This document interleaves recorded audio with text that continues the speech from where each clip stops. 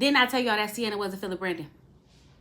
Didn't I tell y'all that Sienna was not feeling Brandon? I did. And y'all trying to tell me, yeah, she is. Give him some time. Time has come. And time is over. She's not feeling that man, and we're gonna get into it. But before we do, I need you guys to do me a favor. If this is your first time here, sit back, relax, watch the video on through, and if you like what you see and you like what you hear, go ahead and hit that subscribe button. If you are one of my lovely members or subscribers, hey y'all, how y'all doing? Let's go ahead and get into it. The Never Ever Met, Season 1, Episode 2. Baby, our lying, scheming, conniving couple is up out of here.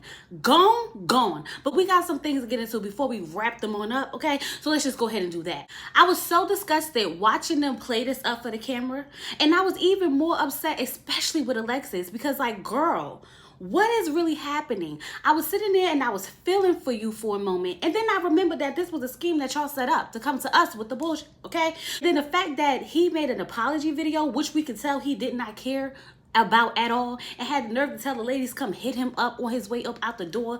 Oh, disgusting.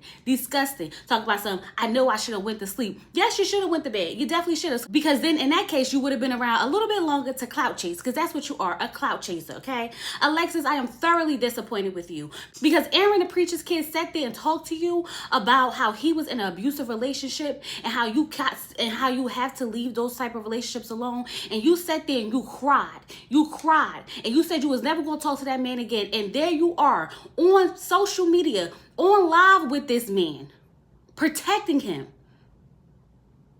And I know you protected him because you did not expect for y'all to be throwing hands. That's what you didn't expect. What you expected was y'all was going to go up there and argue a little bit, but you didn't know that he was going to put his hands on you. And you was really hurt in that moment because you kept saying, but he pushed me. And instead of being a adult and really holding him to the fire, you went along with the BS. Talk about something. It was fake. The fight wasn't fake. Him putting his hands on you wasn't fake. That was very much real. You was crying because you was hurt and you did not expect that. And it backfired in your face. But instead of speaking out against it, you joined into the foolery with him. After you sat there and listened to Aaron talk about how he went through domestic violence, but that wasn't good enough for you. You want to sit there and act like you don't know why people are outraged. People are outraged because not only did they talk about it in the show, they gave us a disclaimer finally, but then you came and backpedaled like it wasn't no big deal when we saw you sit there crying. And I know those feelings was real. Clout is a hell of a drug. I promise you it is. Stop protecting that man. You know he put his hands on you. You know you felt the type of way. But I'm going to let you have it, sis, because I can't fight for you more than you fight for yourself. It just is what it is. I'm glad that both of y'all are going. The no touching policy has fully come into effect, and both of you are going. So when you thought you was going to come up here and be Blueface and Krishan Jr., wrong network. Maybe you should try Zeus. So now that that's wrapped up, let's go ahead and get into the things that matter. Chris, okay? Sandia, I don't even know if that's how you say that girl name, but that's her name today, okay? Chris wants to go check on his woman, Sandia, okay? They both agree that they're not in an exclusive relationship, and that's cool. We understand that. It's only been 3 months. Perfectly fine, okay? He's trying to tell her that he told her, I don't trust women.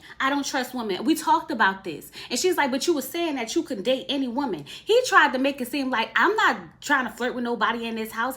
I don't want to talk to nobody in this house. And be like, sir, that's not the issue. The issue is that you say that you get multiple women, that you have a multiple girl. And the fact of the matter is, you also said that you will give a woman 3 to 4 good days, really good days, extravagant, awesome, amazing days, and then ghost them for about a week or 2. You said that.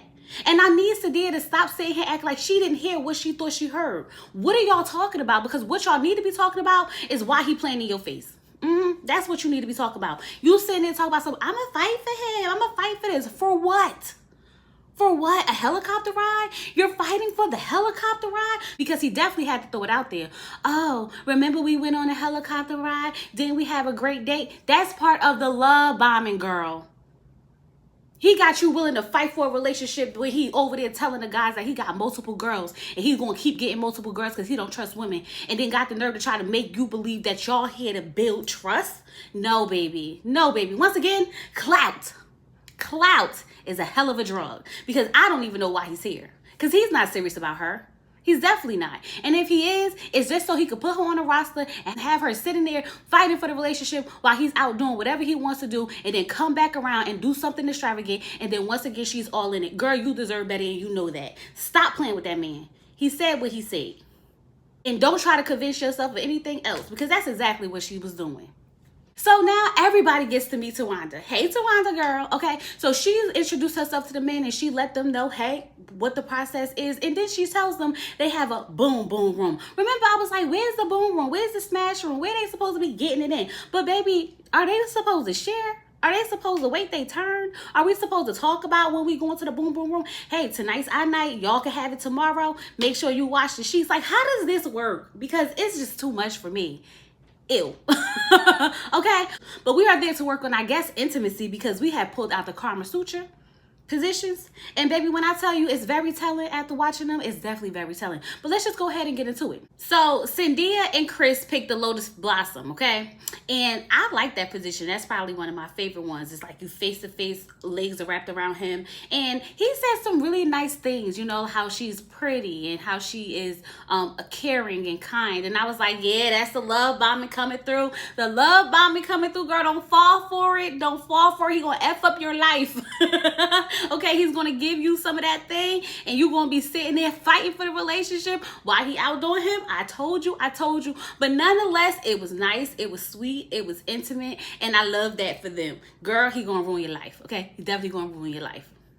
Josh and Shay did the curl, okay? It's more like spooning. And he said this feels like home. And I'm like, yeah, after 12 years, they need to feel like home. But they want to work on a, you know, intimacy, because they done been here. They did enough of this, okay? They trying to get here.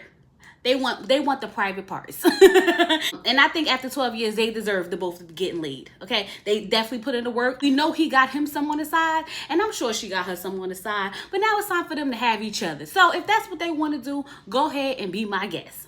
Joanna and the rapper Aaron, okay, they picked the landing slide. The landing slide? Yes, they picked the landing slide after a game of rock, paper, scissors, shoot, because they couldn't figure out which one to do. Now listen, he got up behind her and he arched his back and put his hands to the back, and I was like, that's very strange, because normally if you get behind the booty, you want to grab the waist, okay, you want to grab the shoulders. No, not him. He wanted to arch the back, and I was like, definitely giving Lil Uzi Vert. Definitely giving Lil Uzi Vert. You know, I told y'all before, okay? Y'all see how Lil Uzi Vert was up there with his Birkin bag, and he was voguing, and he was death dropping and whatnot, and then he went home to JT? Tell me that's not the vibe. It's definitely the vibe that Aaron the rapper gives, okay? And the fact that Joanna couldn't even explain how this was going to be intimate, she's talking about, yeah, because, you know, intimacy is this and intimacy is that. And Tawanda was like, no, sis. How are you going to be intimate with him? How are you going to be intimate with him? And neither one of them could have really explained it. He said, that thing poking. The thing is poking. That's all I need. And I was like, I guess so. But I digress. Let's move on. Billy and Greg picked the split eagle, I think it was. Okay, the legs up. And he was right up in between that thing, okay? And he was ready to fall up in it. You see what I'm saying? He was ready to fall in it. And Aaron, the rapper, was ready to fall away from it. Two totally different vibes. They both did seem very comfortable with each other. And so I really hope that one day they could explore their sexual tension together. But Millie's not here for that yet, okay? She wants to be here and not here. So he got a lot of work to put in. Now, Diamond and Aaron, the Peaches kids, okay, they picked the split bamboo. He said that they both don't mind being watched, so this is right up their alley, because they could be walking down the street and he'll stop and suck her toes. And I was like, see, it's people like y'all that be doing way too much. Way too much. Nobody wants to be walking down the street with their kids and you stopping to suck toes. That's too much. See, too much, okay? But hey, they look like they'll have a good time with each other. And at the end of the day, that's all that matters. And you could tell that they felt comfortable with each other. So I like that for them. I think that they have the best chance of actually making this last than just about any couple here. If I had to root for one couple, it would be this one. So Sanaa and Brandon picked the pretzel dip. okay? And I told y'all that that girl's not feeling that man, okay? Because why would you pick the one where you just sit down with your legs crossed on him, not even towards him or even cowgirl style, just to the side, just to the side, okay? They like, you feel anything? She's like, I feel a little tingly. Girl, no, you don't. There's nothing tingling, okay? But he was like, I feel bored. Where's the remote? I could feel like I could turn a channel. And I'm like, exactly, because what position is this? Why is this even in a Kama Sutra book at this point, okay? But ain't nothing there. That girl don't want to look at that man, and it shows, because she picked a position where she didn't have to look in his face. And even when Tawanda asked her, like, why did you pick this one? She basically was like, because it was the easiest. And Tawanda was like, so you chose not to put in the work. That girl don't want to work. That girl met that man, and he's not giving the BD energy that he was giving over the screen, and she's not attracted to him, okay? And so therefore, she's trying to find any and every way to get up out of this thing. And the way she treated that man towards the end of this, you definitely know that she don't want that man. So now that all the Kama Sutra and positions are all over, Millie and Greg are sitting down having a conversation, and he's basically trying to tell her, like, you want to go to the boom boom room? And she was like, listen, we'll get there when we get there, but we need to take it slow. Okay, she let him know, put a pause on it, sir. Because if I wanted to hump on you, I'll be humping on you. And obviously, we not there yet, okay? But she let him know, like, look, let's just take it slow. We've been doing it that way for this long, so let's continue it that way. And I'm not saying that she should like want to jump his bones immediately, but I don't feel like she's lustful after him. And you could definitely tell that he wants it. So I really need to see if she's really feeling him or if she's going through the motions, because something about the way she responds to him, I have to question. I'm not counting them out completely, but I am questioning it, okay? So Sienna and Brandon are playing pool, and they get to talking, okay? And she's telling him that she wants him to move down to where she's at in New York. And he was like, I thought you was willing to move to Florida. And she was like, no, I told you I'm willing to visit but not move. And he's trying to tell her, like, you're very inconsistent. So now she's in her feelings because she's been told she's inconsistent by men before. So now she wants to project and takes that on him, and she calls that man a bitch. She was like, you're a bitch. And I was like, that's when the conversation would have been over, because sis, what? Why did you just come out and tell him that? Because he was like, see, you're not listening. She's like, I am listening, and I called you a bitch. Very aggressive. Very, very aggressive. And I'm saying here, like, this is it's all uncalled for. You calling out that man having a broken marriage, and then he had a failed relationship by his baby mama. Like, you were doing a whole lot, because last time I checked, you knew this about this man before you came down here. See, I told y'all that she's not feeling him. She was okay with the failed marriage and the failed baby mama relationship before she met that man. Now she met him in person and is not giving what it's supposed to give, and she's trying to find any and every way out of this. And what really pissed me off the most was that she wanted to continue that conversation in front of all of those people in that house, okay, to degrade him. Talk about there's no way he could really, take marriage seriously because he divorced his wife. He's like, I got married when I was 20. I married that girl because she was pregnant. Like, that's just the thing that you're supposed to do in the South. Like, it's a mistake. And they like, how long ago was that? He's like, 15 years. They like, this man has grown over 15 years. And she's like, no, he just don't take relationships serious. And what about his baby mama? And I'm like, sis, if you felt this passionate about the whole situation, why are we here? Why are we here?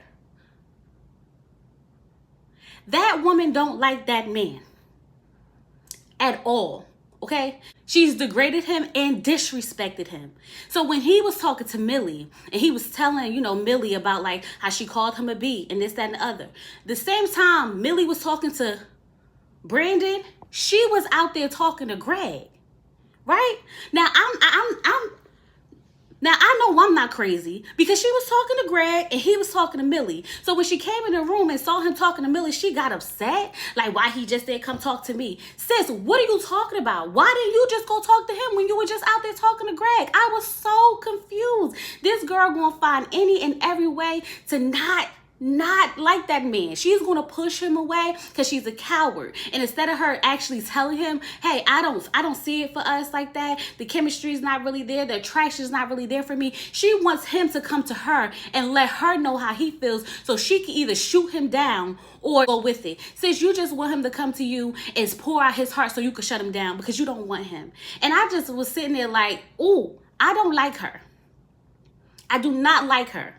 Because the way she handled all of that was unnecessary and uncalled for. This is not no man that you just met. This is not married at first sight. This is not ready to love. This is a man that you chose to have an online relationship with for months. You knew he had an ex-wife. You knew he had a baby mama. And now you want to sit here and throw it in his face because you don't like him anymore? Girl, bye. Miss me with the BS. And that was the episode. I'm just like, whoo, child. So with all that being said, I'm just going to say it like this. Josh and Shay, my number one pick. Go and make it, okay? My runner-up will be the Preacher's Kids, okay? I feel like they have a chance. Now, Millie and Greg, I want to throw them in there, but I can't quite read Millie yet. I can't quite read her. But I was definitely on point when it came to Sienna. I knew that girl didn't like that man, and she showed her complete ass this episode. But we'll see what happens next week. I hope you guys enjoyed this review. Don't forget to like the video.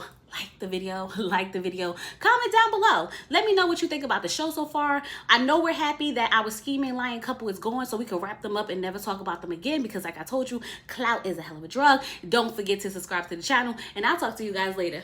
Peace.